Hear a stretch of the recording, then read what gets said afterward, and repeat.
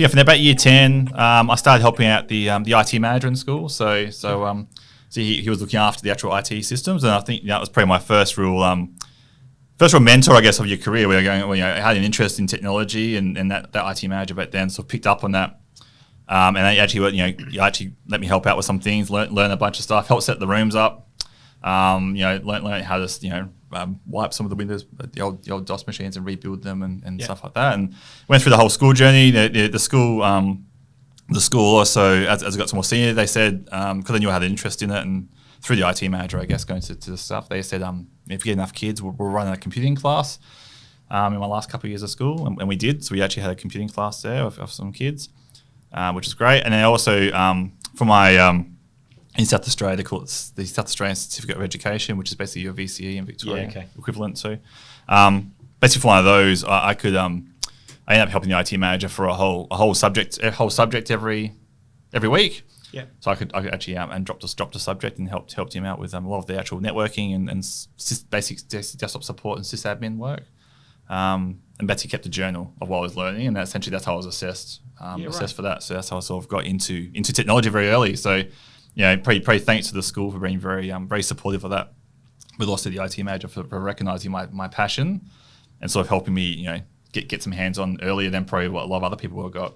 That's great, isn't it? Because I think, particularly when you're coming through high school, a lot of kids will gravitate towards sport, or they'll gravitate towards academics. Yep. But being in a school that kind of, I guess, identified that and really fostered that in you it's fantastic. Yeah, it was good.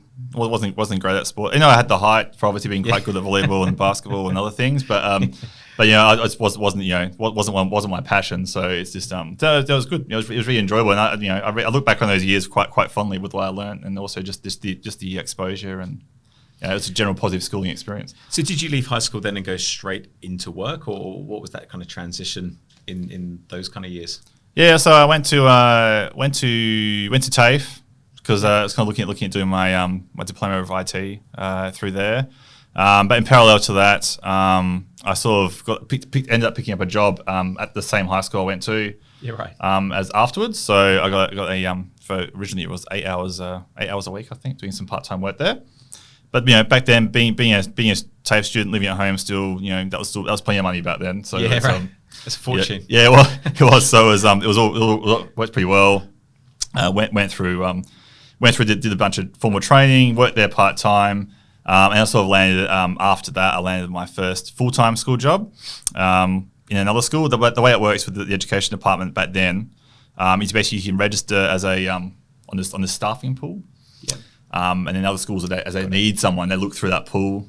Yeah. Looks like an internal talent database, right? Yeah. And they go, oh, yeah. And so I got a call from a school, and then went there and did a year there, and worked at another school, and eventually went to a whole bunch of schools like that. Okay. And I found that was quite good. I mean, there was a lot of learning by working in a school as the IT manager, because you are the only IT person.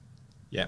So you end up being the database administrator, the sysadmin, the desktop guy, the networking guy, the web design guy, the Mac support guy, the Wi-Fi guy. No, it's every role in IT. The photocopier guy, the fax machine, everything. So everything that has a PowerPoint, basically. Oh, Simon, can you come help me fix it? So, and by necessity, you're forced to learn either through, and you do it through the two-way. You back then you use the internet as slow as it was, or you end up calling up some people I knew. So either some of the people I knew from TAFE, or the IT manager from the school originally. Obviously kept in contact with him for many years as well, and obviously hey, I've got this weird problem. What does this really mean? That kind of stuff. So I'm getting a lot of coaching with that. So that's interesting. So I guess your progression to Department of Education, given that you've worked in schools, is probably a natural end point for you. And I think what I was interested there is that role was desktop support, essentially,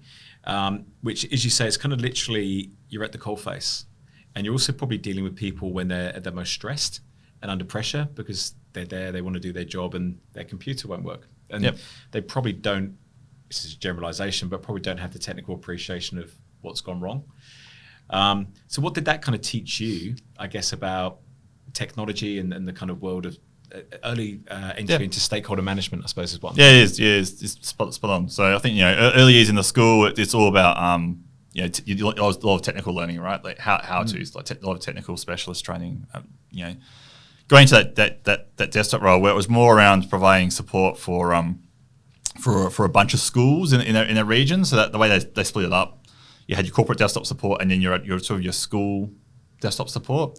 If the schools didn't have an IT person, or back then, or the on-site IT person couldn't fix something, they called up this central group that came out. So I was sort of working for them, which is good at that because you kind of end up going, looking after about 50 different schools, and you go out to those, and it's a lot of it is stakeholder management. You've got kindergartens you're going to where you've got there is no IT person at all. Like it's the principal and early learning center coordinator, and working with them around how can you get that up and running and working. And obviously, it is stressful because if something's not working, they need those systems for a reason. Yeah. You also learn a lot about time management as well, because how you book your day, and especially looking at logistics and challenges. Also learning a lot around always bring spares of everything you can think of, because when you're out somewhere, the last thing you want to do is say to someone, you need a replacement of X, and then having to spend it all the way back and getting it again, right? So learning to bring a lot of spares equipment, looking at how you can manage time, and also stakeholders to keep up. Managing those expectations of the main thing I always thought was, if I'm going to be there, you be there by a certain time, or if you can't be there by a certain time, so I'll be there early afternoon, or you try and give some guidelines to people so they actually understand. So really establishing that kind of confidence in your customer, so to speak, in different contexts. Say it could be a kindergarten. Yep. I can imagine you saw some pretty interesting things. Through it does that, and then in high schools, right, it was probably my customers probably more of the actual IT manager. So in the larger high schools, you probably had one or two IT people actually on site.